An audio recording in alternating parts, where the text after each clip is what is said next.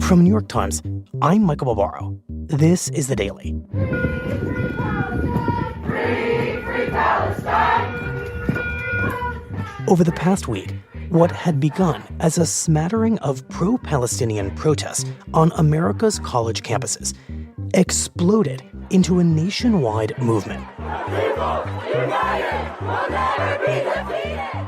As students at dozens of universities held demonstrations, set up encampments, and at times seized academic buildings. In response, administrators at many of those colleges decided to crack down. Do not throw things at our officers. We will use chemical munitions to include gas. Calling in local police to carry out mass detentions and arrests. From Arizona State in the name of the state of Arizona, I declare this gathering to be a violation of AR 13. to the University of Georgia to City College of New York. As of Thursday, police had arrested 2,000 students on more than 40 campuses. A situation so startling that President Biden could no longer ignore it. Look, it's basically a matter of fairness. It's a matter of what's right. There's the right to protest, but not the right to cause chaos. Today, my colleagues Jonathan Wolfe and Peter Baker on a history-making week. It's Friday, May 3rd. Jonathan, as this tumultuous week on college campuses comes to an end, it feels like the most extraordinary scenes played out on the campus of the University of California, Los Angeles, where you have been reporting. What is the story of how that protest started and ultimately became so explosive? So late last week, pro-Palestinian protesters set up an encampment at the University of California, Los Angeles.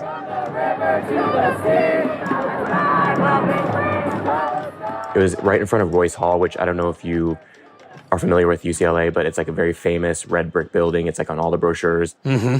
And there was two things that stood out about this encampment. And the first thing was that they sort of barricaded the encampment. The encampment, complete with tents and barricades, has been set up in the middle of the Westwood campus. The protesters demand... They have, metal grates, they had wooden pallets, and they sort of separated themselves from the campus. This is kind of interesting. They're controlling access, as we've been talking about. They are trying to control who is allowed in, who is allowed out. They sort of policed the area, so they only would let people that were part of their community, they said, inside. I'm a UCLA student. I deserve to go here. We pay tuition. This is our school, and they're not letting me walk in. Why can't they go? Will you let me go in? We're not engaging. Then you can move. Will you move? And the second thing that stood out about this camp was that it immediately attracted pro-Israel counter-protesters. And what did the leadership of UCLA say about all of this, the encampment and these counter-protesters? So the University of California's approach was pretty unique. They had a really hands-off approach, and they allowed the pro-Palestinian protesters to set up an encampment. They allowed the counter-protesters to happen. I mean, this is a public university, so anyone who wants to can just enter the campus. Mm-hmm. So when do things start to escalate? So there were definitely fights and scuffles through the weekend, but a turning point was really Sunday.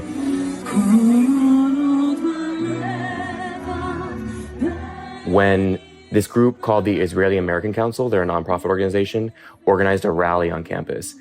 The Israeli American Council has really been against these pro-Palestinian protests. They say that they're anti-Semitic. Mm-hmm. So this nonprofit group sets up a stage with a screen, really just a few yards from the pro-Palestinian encampment. We are grateful that this past Friday, the University of California stated that they will continue to oppose any calls for boycott and divestment from Israel. And they host speakers and they held prayers. Jewish students, you're not alone. Oh, you're not alone. We are right here with you. And we're right here with you, Israel. And then lots of other people start showing up. And the proximity between protesters and counter-protesters and even some agitators makes it really clear that something was about to happen.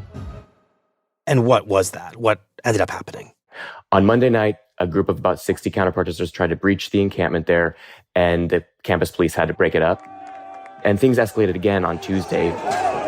They stormed the barricades, and it's a complete riot.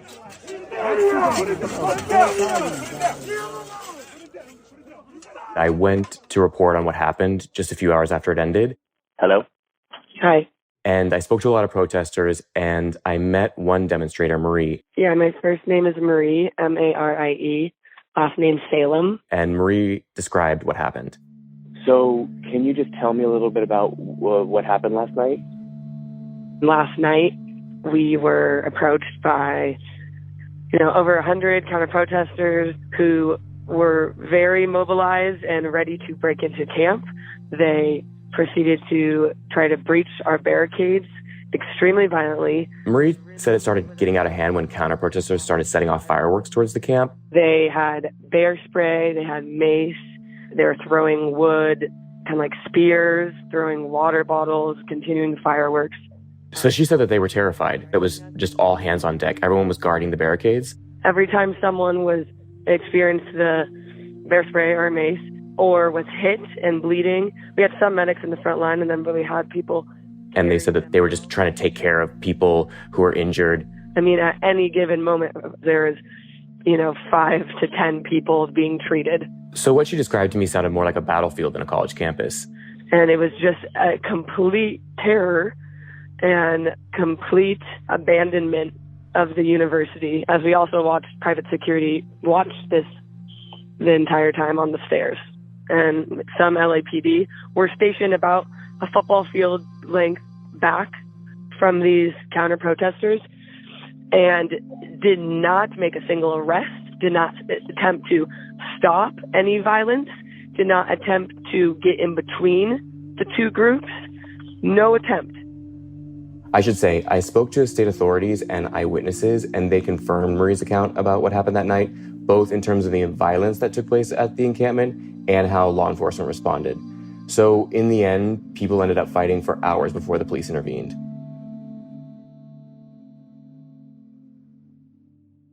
So in her mind, UCLA's hands-off approach, which seemed to have prevailed throughout this entire period, ends up being way too hands-off in a moment when students were in jeopardy. That's right. And so at this point, the protesters in the encampment started preparing for sort of two possibilities. One was that this group of counter-protesters would return and attack them. And the second one was that the police would come and try to break up this encampment. So they start building up the barricades. They start reinforcing them with wood. And during the day, hundreds of people came and brought them supplies. They brought food, they brought helmets, goggles, earplugs, saline solution, all sort of things these people could use to defend themselves. And so they're really getting ready to burrow in. And in the end, it was the police who came. So Wednesday at 7 p.m., they made an announcement on top of Royce Hall, which overlooks the encampment. Administrative and criminal actions up to and including arrest. Please leave the area immediately. And they told people in the encampment that they needed to leave or face arrest. And so as night falls, they put on all this gear that they've been collecting, the goggles, the masks, and the earplugs, and they wait for the police. And so the police arrive and sort of station themselves right in front of the encampment. And then at a certain point, they storm the back stairs of the encampment. And this is the stairs that the protesters have been using to enter and exit the camp. And they set up a line, and the protesters do this really surprising thing. They open up umbrellas, they have these sort of strobe lights, and they're flashing them at the police, who sort of just slowly back out of the camp.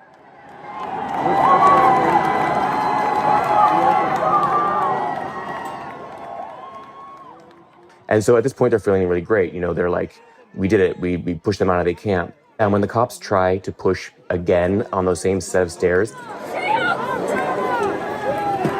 hold your ground! The protesters organize themselves with all these shields that they had built earlier, and they go and confront them. And so there's this moment where the police are trying to push up the stairs, and the protesters are literally pushing them back.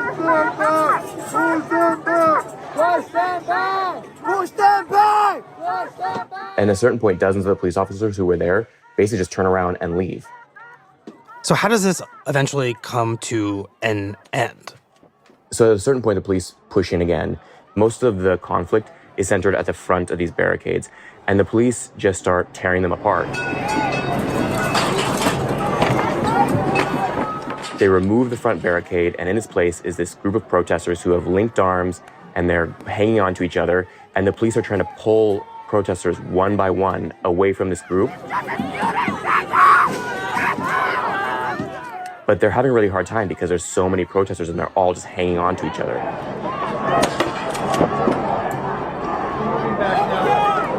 So at a certain point, one of the police officers started firing something into the crowd. We don't exactly know what it was, but it really spooked the protesters. Stop shooting that thing! They started falling back. Everyone was really scared. The protesters were yelling, "Don't shoot us." And at that point, the police just sort of stormed the camp. Get back!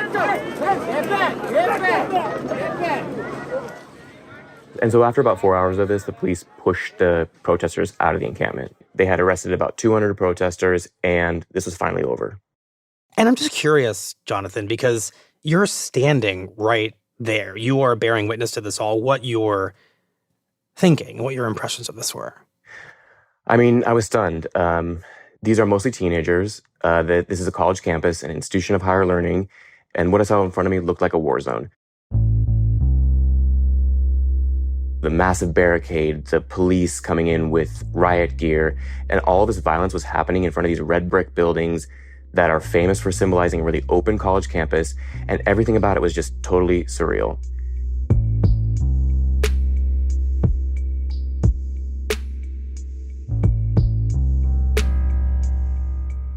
Well, Jonathan, thank you very much. We appreciate it. Thanks, Michael.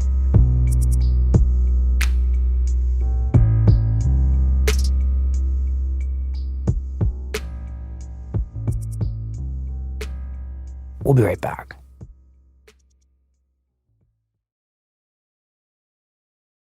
Peter, around 10 a.m. on Thursday morning, as the smoke is literally still clearing at the University of California, Los Angeles, you get word that President Biden is going to speak. Right, exactly. It wasn't on his public schedule. He was about to head to Andrews Air Force Base in order to take a trip. And then suddenly we got the notice that he was going to be addressing the cameras in the Roosevelt Room. They didn't tell us what he was going to talk about, but it was pretty clear, I think. Everybody understood that it was going to be about these campus protests, about the growing violence and the clashes with police and the arrests that the entire country had been watching on TV every night for the past week. And I think that we were watching just that morning with UCLA. And it reached the point where he just had to say something. And why, in his estimation and those of his advisors, was this the moment that Biden had to say something?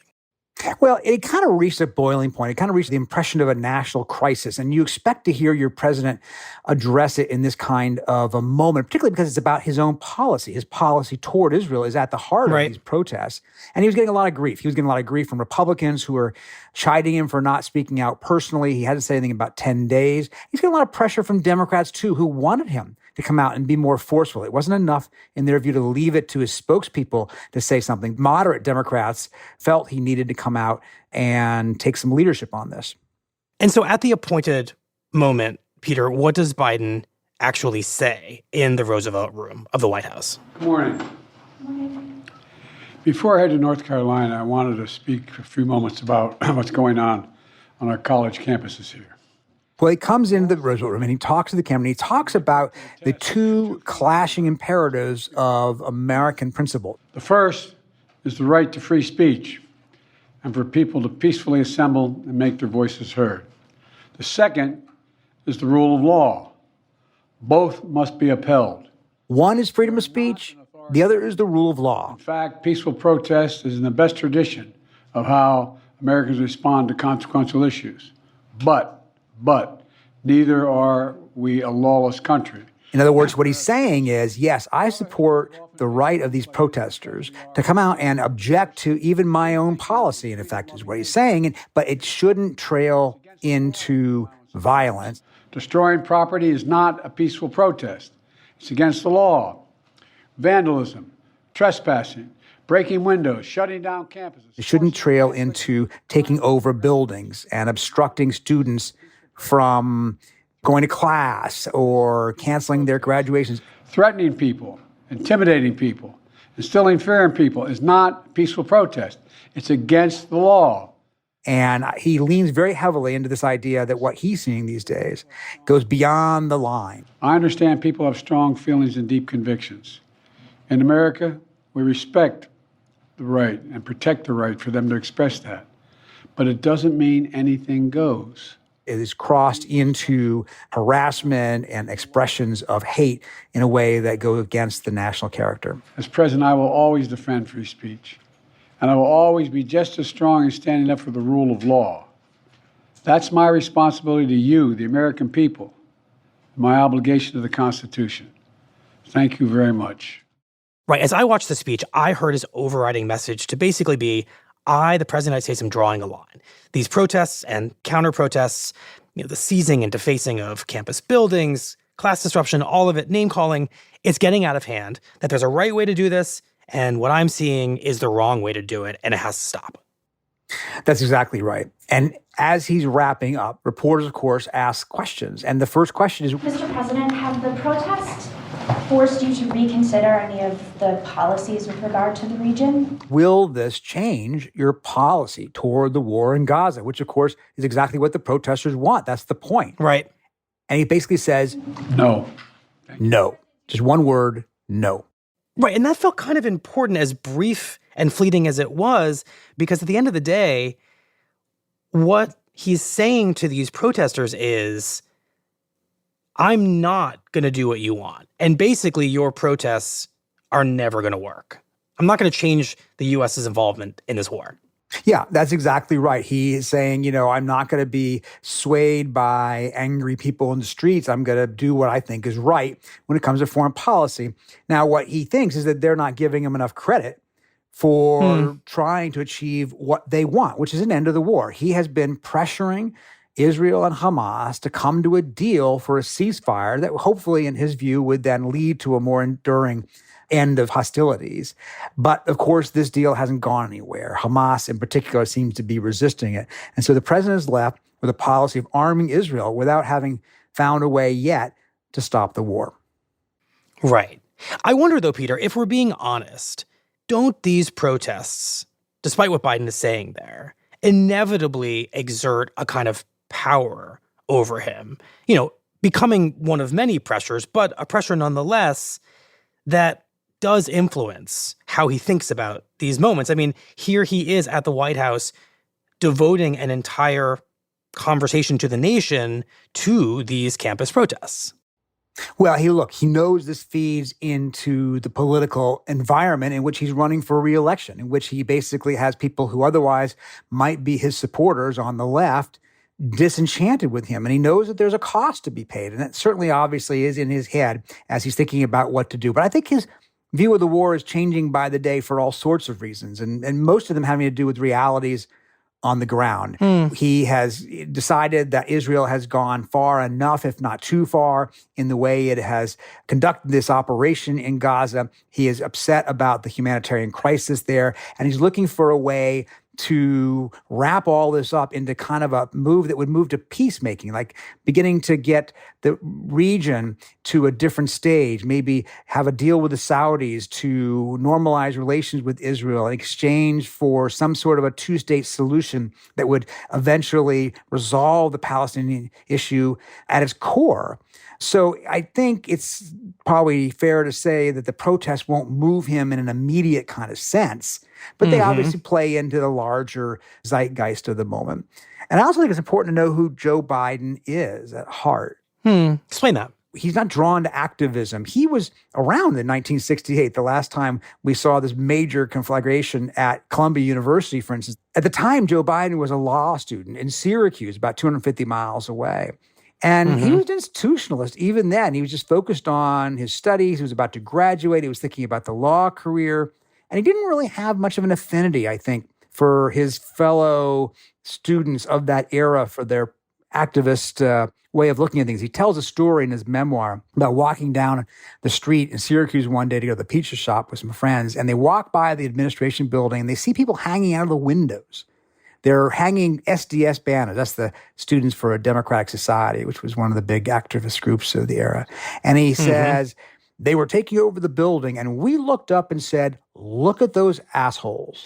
That's how far apart from the anti-war movement I was. That's him writing in his memoir. So to a young Joe Biden, those who devote their time and their energy to protesting the war are, I don't need to repeat the word twice, but they're losers. They're not worth his time. Well, I think it's the tactics they're using more than the goals that he disagreed with. He would tell you he disagreed with the Vietnam War. He was for civil rights, but he thought that taking over a building was performative, was all about getting attention, and that there was a better way, in his view, to do it. He was somebody who wanted to work inside the system. He said in an interview quite a few years back, he says, look, I was wearing sports coats in that era. He saw himself becoming part of the system, not somebody trying to tear it down. And so how should we think about that Joe Biden when we think about this Joe Biden? I mean, the Joe Biden who, as a young man, looked upon anti-war protesters with disdain, and the one who is now president, and his very own policies have inspired such ferocious campus protests. Yeah, that Joe Biden, the 1968 Joe Biden, he could just throw on his sports coat, go to the pizza shop with his friends, make fun of the activists and call them names, and then that's it. They didn't have to affect his life. But that's not what 2024 Joe Biden can do.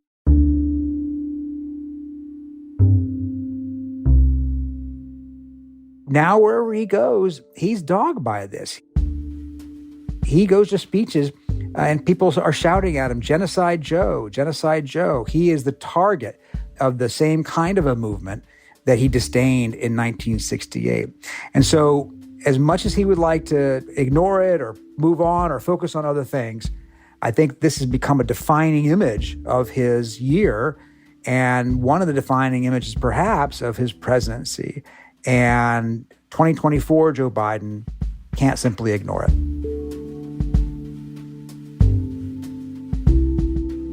Well, Peter, thank you very much. We appreciate it. Thank you.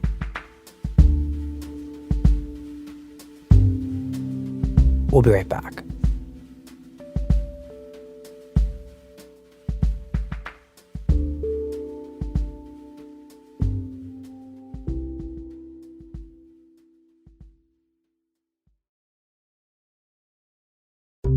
Here's what else you need to know today.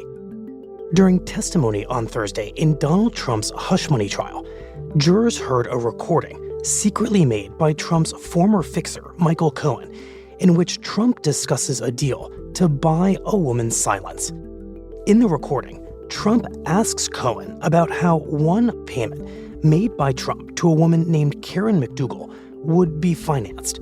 The recording could complicate efforts by Trump's lawyers to distance him from the hush money deals at the center of the trial.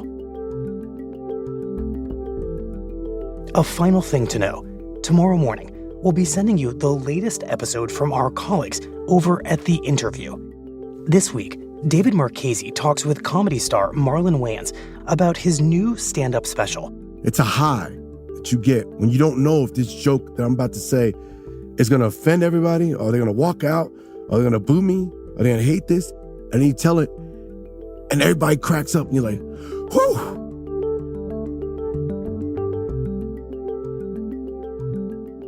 Today's episode was produced by Diana Wynn, Luke Vanderplug, Alexandra Lee Young, Nina Feldman, and Carlos Prieto. It was edited by Lisa Chow and Michael Benoit, contains original music by Dan Powell and Marion Lozano, and was engineered by Chris Wood. Our theme music is by Jim Brunberg and Ben Landsberg of Wonderly. That's it for the Daily. I'm Michael Barbaro. See you on Monday.